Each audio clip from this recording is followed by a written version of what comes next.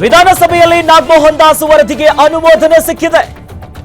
ವಿಧಾನಸಭೆಯಲ್ಲಿ ಸಿಎಂ ಸಿದ್ದರಾಮಯ್ಯ ಘೋಷಣೆ ಮಾಡಿದ್ದಾರೆ.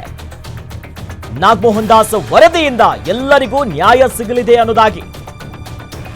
ವಿಧಾನಸಭೆಯಲ್ಲಿ ನಾಗಮೋಹನ್ ದಾಸ್ ವರದಿಗೆ ಅಂಗೀಕಾರ ಆಗಿ ಅನುಮೋದನೆ ಸಿಕ್ಕಿ ಸದನದಲ್ಲಿ ಸಿಎಂ ಸಿದ್ದರಾಮಯ್ಯನವರು ಈ ಬಗ್ಗೆ ಘೋಷಣೆಯನ್ನ ಮಾಡಿರುವಂಥದ್ದು. ಈ ಒಂದು ವರದಿಯಿಂದ ಎಲ್ಲರಿಗೂ ನ್ಯಾಯ ಸಿಗಲಿದೆ. ಆ ನಿಟ್ಟಿನಲ್ಲಿ ಅನುಮೋದನೆ ಸಿಕ್ಕಿದೆ. ಒಳ ಮೀಸಲಾತಿಗೆ ಸಂಬಂಧಪಟ್ಟಂತೆ ಮಂಡನೆ ಆಗಿರುವಂಥದ್ದು. ಆ ನಿಟ್ಟಿನಲ್ಲಿ ಸಿಎಂ ಸಿದ್ದರಾಮಯ್ಯ ಮಂಡನೆ ಮಾಡಿದ್ದಾರೆ.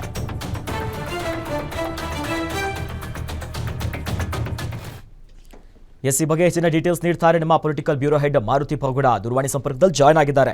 ಮಾರುತಿ, ಬಹಳಷ್ಟು ಚರ್ಚೆ ವಿವಾದ ಎಲ್ಲಕ್ಕೂ ಕೂಡ ಕಾರಣ ಆಗಿತ್ತು. ಸದ್ಯ ಸಿಎಂ ಸಿದ್ದರಾಮಯ್ಯನವರು ಮಂಡನೆ ಮಾಡಿದ್ದಾರೆ, ಅಂಗೀಕಾರವನ್ನು ಮಾಡಿದ್ದಾರೆ. ಮುಂದೆ ಸರ್ಕಾರಕ್ಕಿರುವಂತಹ ಚಾಲೆಂಜಸ್ಗಳು ಏನು, ಯಾವ ರೀತಿಯಾಗಿ ಹೋಗುತ್ತೆ ಮಾರುತಿ?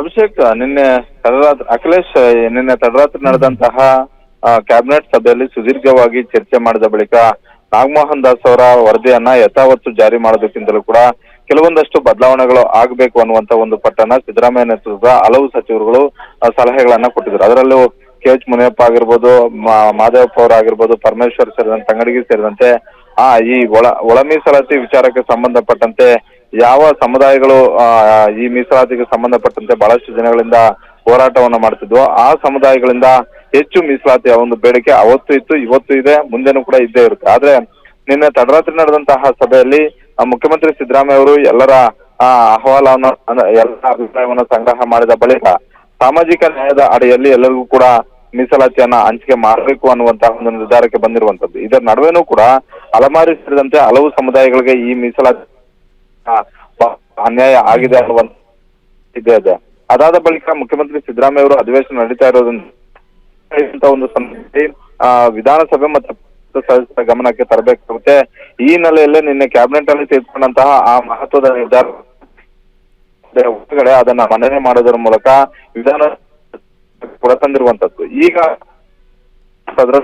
ವಿರೋಧ ಪಕ್ಷದ ಶಾಸಕರು ಅಂತ ಹೇಳಿದ್ರೆ ವಿಧಾನಸಭೆಯಲ್ಲಿ ಸಾರ್ವಜನಿಕ ಜರೂರು ಇರುವಂತಹ ಒಂದು ವಿಚಾರಗಳನ್ನ ಪ್ರಸ್ತಾಪ ಮಾಡಿದಾಗ ಅದಕ್ಕೆ ಸಂಬಂಧಪಟ್ಟಂತೆ ಮುಖ್ಯಮಂತ್ರಿಗಳು ಉತ್ತರ ಕೊಟ್ಟಾಗ ಆ ಉತ್ತರಕ್ಕೆ ಸಂಬಂಧಪಟ್ಟಂತೆ ಪ್ರತಿಪಕ್ಷದ ಶಾಸಕ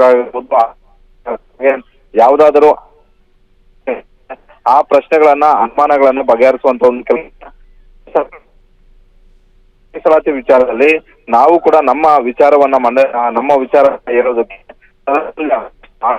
ಅನ್ನುವ ಒಂದು